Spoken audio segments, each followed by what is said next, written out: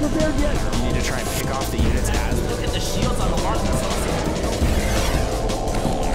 Oh my god, the ball's gonna take this.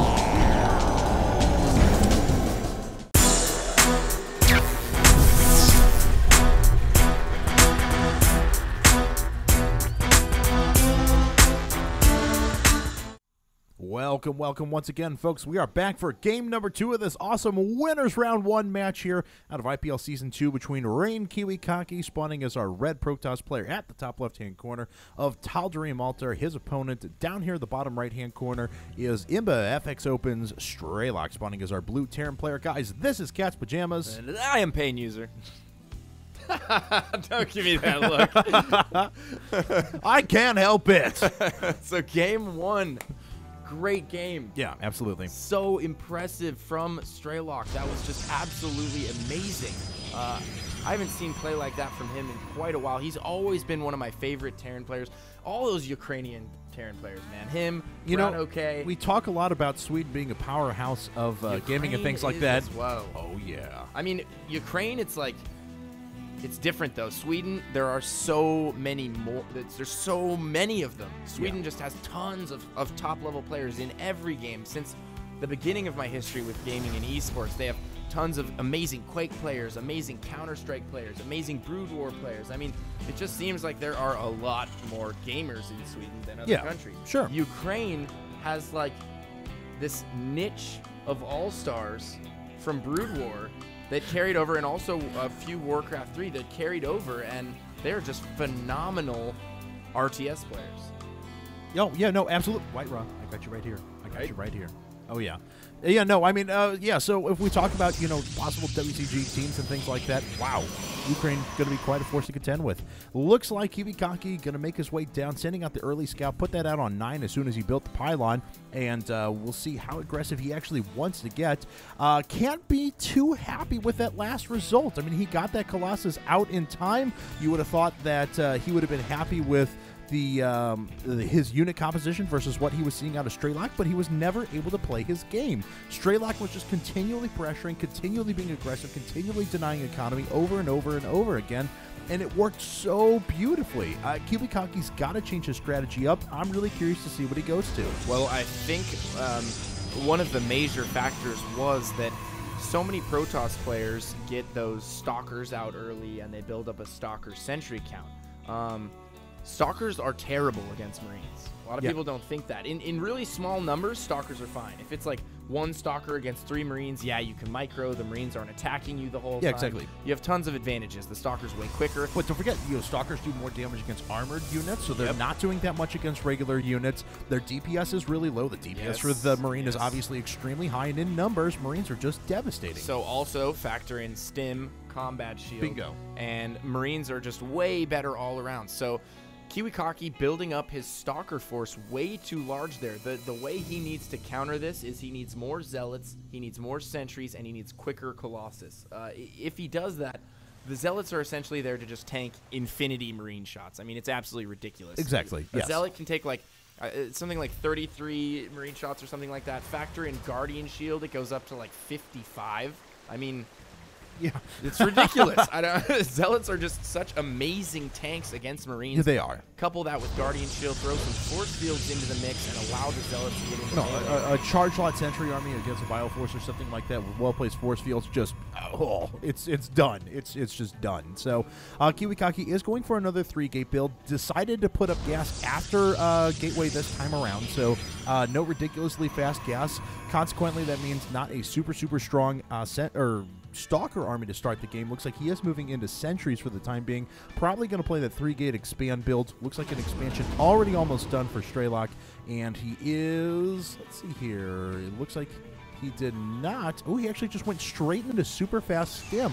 Not going to do any harassment, not putting up any Marauders with concussive shell or anything like that. I actually like this quite a bit. By the time any kind of pressure is going to be hitting his base, he will more than likely have stim done, and that will help him so much for any kind of hold that needs to be made, anything of that nature. A lot of times when we see players eventually get broken in situations like this, it's because they have super late stim. They feel really comfortable on a map like this, and we do have a scouting probe maneuvering around. Strelok also, just to be safe, getting those second and third bunkers down. I love how thorough he's being. I love how safe he's being. You can always recycle those at a later time, and it's at these points in the game where right at the 6-minute and 40-second mark, it's so important to be safe from any kind of a 3 or 4 gate pressure. You never know what's around the corner, especially with Protoss. They can hide pylons everywhere. They can warp in units when you're not expecting it. And that is, oh my goodness. And we have a secret third expansion coming from Strelok in the top right corner. And this is so intelligent. I just don't see KiWiKaKi scouting this for quite some time. Yeah, and let's think for a second. He knows KiWiKaKi is going to expand. He's been producing cheap Marines at this point. He's already got his upgrades in place. He didn't invest in Reapers or Kinkasu Shell or anything like that. He's well prepared for any sort of a DT push. He's going to be able to tech up to medevacs quite quickly and on relatively little money, so he's got the available resources to put down this third, and if that's able to saturate for any length of time, he is going to be miles ahead. Yeah, absolutely. And I don't see him making that into a PF. It's probably going to be a third orbital. He will more than likely burn all of his mules at the top right position just to help it mine out that much quicker. Sure. And that's going to increase the longevity of his main mineral line, his natural mineral line, and it's going to help him sneak as many minerals as possible out of that expansion in the top right. So in the event that it is found, he might just be like, you know, haha, have it. I've already mined out half the resources here. And he... Ooh, we do have a Dark Shrine coming out of KiWiKaKi, though. But there is an engineering bay already down. Weapons 1, in fact, researched very early on in this game. It's already finished. Yeah. And I can't help but think that he's going to get a turret. This is so impressive. This is so good. And the thing is, he already has the turret. Yeah, that's what I'm saying. He was defended against the DT rush before. He's good. And the thing is, too, is that KiWiKaKi is completely changing up his strategy to a pure gateway army for the time being. He's not using this robo for anything else other than that observer to start the game. He's going to get down there, see the missile turrets in place, and think, oh, well, great. Dark Shrine not really going to do anything other than unit composition, unless he wants to do a DT drop on the lines or something like that. Top right real quick. I think he is, in fact, yeah, he's burning all of his mules in the top right, so he's going to mine that out real quick. He has 3 orbitals to work off of now. Just now, KiWiKaKi starting to warp in pylons on the right-hand side of the map. It looks like he's going to try and sneak some DTs into the main. Oh, and he might use an observer to spot the high ground and a pylon on the low ground, although... But there's a Strelok scouting this with a factory. This is unbelievable. Strelok is 100% on top of things right now. Look at that. KiWiKaKi must just be... Strelok, you are so good. Right now. You are so good. With the Spidey sense tingling, is able to prevent any kind of DTs from sneaking into his base. And I don't know if this is just experience playing against KiWiKaKi, this style of play. And it looks like we are going to have 2 medevacs heading out here, and they might get scouted by this probe. Oh my goodness. They Moving will. away from the probe, however, but I think they might have already been spotted. KiWiKaKi knows what he needs to know, and I can't help but think that he will be ready to hold off that drop as soon as it arrives at his base. Yeah, this is so good out of Strelok. He knew his opponent was going to go ahead, and I mean, he knew his opponent was going to change up his strategy, so he changes up his as well. And the mental games he's playing are so good at the moment. He knows exactly when KiWiKaKi was going to drop in with those DTs. He takes out the pylon down at the bottom right. This DT is completely neutralized. That's a ton of invested tech that he's not going to be able to use. KiWiKaKi going over to a Immortals right now when there's, well, I guess there are a few Marauders out, but it's primarily a Marine composition. He only has a small gateway backbone. Charge is finishing at the moment, but, you know, there's going to be no Colossi in sight. This drop is going to do so much. He's faking the drop. Oh, he's faking the drop. Unless he's going to go back over and pick them up, in which case I will eat my words promptly. No, that's okay. He may very well do that, but we'll find out. So, or he may just be attacking. Who knows? I don't know what's going on with that drop right now. He's trying to make up his mind, but one reason the DTs might actually make a little bit of sense is if he's trying to convert into a Zealot Immortal Archon style here. Yes. We haven't seen any Archons morph just yet, and oh my god, he is getting so much out of this expansion in the top right-hand corner. His income is so much higher right now than KiWiKaKi. He's also taking his 3rd or 4th, in this case, his natural 3rd. And we do have some Marines scouting around, going to go ahead and take those Xel'Naga towers. He's also going to get the timing on KiWiKaKi's 3rd, and this is very important for him. He will also see this probe that might be headed down there to maybe make some pylons in the future, and that will go down as well. Yep, here comes the Marine now. He does see the expansion, knows exactly how long it has before it finishes. Gathering up his forces here for the time being. He is ahead in supply. He's way ahead in upgrades. He's going to 2-2 at this point. Looks like KiWiKaKi switched it up, and last game, KiWiKaKi actually went with very, very fast 0-3 upgrades. Went for that attack so quickly, and KiWiKaKi moving up here to the top right-hand corner. I'm getting softer. It's like I don't want to let KiWiKaKi know. Strelok is going to... Oh, no. Is he really going to? I think he is. But here comes Strelok with a bunch of forces. He'll be able to stop that attack if it comes. KiWiKaKi making his way out. And, DT is going to jump in there, do some damage.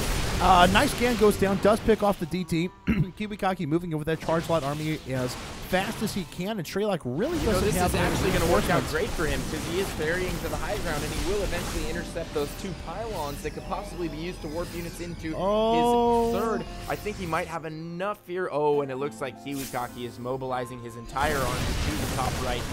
He must know about the expansion at this point, or he just really wants to kill this squad of units. I don't know. Strelok is going for these stalkers, but as soon as he realizes how many units are on the way, he is going to have to pull out of there. But yes, KiWiKaKi does know about the expansion at this point. He will be able to take it out, but... You know, like you were saying, he's already mined 400 gas off of each of those, and he's mined somewhere in the neighborhood of about 2,000 minerals off of these minerals, off of all the patches together. So, yeah, that was well worth his time. That was well worth his time. The expansion does go down, yes. Looks like Strelok has a couple of SVs that were headed up that way. They're not going to make it there anymore. And this poor Dark Templar is in range of the detection. Pylon's going down as well. So KiWiKaKi does manage to knock this down to a 3-base on 3-base situation. But Strelok is putting up another command center. He's been ahead basically this entire game. KiWiKaKi is supply capped at this point, trying to put up his pylons, and finally has Colossi being added to this, but I don't know if that's going to be enough Colossi to really make the difference against this size of a Bioforce. Yeah, KiWiKaKi must, his heart must have just skipped a couple beats when he saw that expansion in the top right there.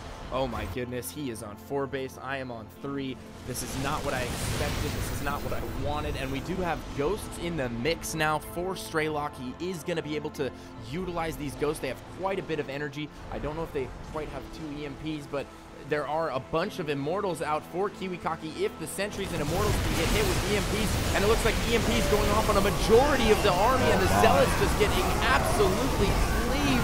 And it looks like Strelok is going to be able to take this battle with relative ease. Yep, absolutely. Both these Colossi are going to fall down. Another little task force being sent up to the north to take down this Colossi as well. The entire army for KiWiKaKi is destroyed. He's got a few Zealots sitting back here, but that's not going to make the entire difference. Strelok, such a beast, was dropping at the same time. Strelok looking so handsome right now. My nerd radar is going all over the place. He has elevated his game. He is looking so sharp versus KiWiKaKi. Keep in mind, this is KiWiKaKi. He's playing against one of the top 5 finishers in almost every North American runner-up to IPL 1. Runner-up for IPL 1. And he is getting absolutely devastated in this round 1 series. Strelok looking so sharp right now. Gonna go ahead and take game 2. GG from KiWiKaKi. Oh my God. What a Terran powerhouse you are, Strelok. Oh my God, such a beautiful game. Right away taking that base, which if we think about it, that was only, that was up for like 10 minutes or something like that. The mine's almost 3,000 resources off of it. Beautiful play there. Beautiful play with the mobile Marines. Beautiful play with the Spidey sense, knowing that the conversion to an all-gateway army was coming up. Unbelievable. Great game. I have a new favorite for the tournament. No, I'm just not throwing that out there. I still have the same favorites. I'm definitely going with my boy Idra. I hope he's going to do very well, but Strelok looking so sharp right there. Braddock, also one of my favorites. And the Ukrainian Terrans, man. I don't know if they all just sit around playing chess and discussing special tactic all the time or what, but they have a great squad of Terrans out of there. If there was an Olympic Terran team, there would be 2 Ukrainians on it. And Strelok, wow, making KiWiKaKi obsolete. Yeah, no, I mean, KiWiKaKi had no response to anything Strelok was doing. It was just done. It was just done. Like, you make Marines, I'll make a Colossus. Oh, wait, no, that still didn't work either. You know what also was just so impressive during that game, and definitely a highlight reel. The factory scout of the potential pylon going Beautiful. up right as Beautiful. the probe gets there. I mean, Because how that's the difference. If that pylon goes off and there's a DT in the main there, he's either burning scans, he's committing his army back and he can't attack, or he's forced to put up, or he just loses SCVs, which was the more likely route. So. And as we saw, that was part of KiWiKaKi's plan. We saw the observer and the probe coming in at the same time. And how often do you see the factory, all three of those units, converging on the same spot at once? The timing was absolutely perfect. So congratulations to Strelok. He will be moving on to winners round number 2. Excuse me, I'm just so excited right now. That was awesome. And don't worry about it. But guys, don't forget to check out IGN.com/IPL if you've enjoyed all the content you've seen here. Awesome programs we have going up on there. In addition, and please be sure to check us out on YouTube, Facebook, Twitter, Justin TV as @IGN Pro League. If you've enjoyed paying user a nice commentary, please find us at twitter.com/CatsPajamasSC2. And you can check me out at twitter.com/pain. So until next time, guys, peace.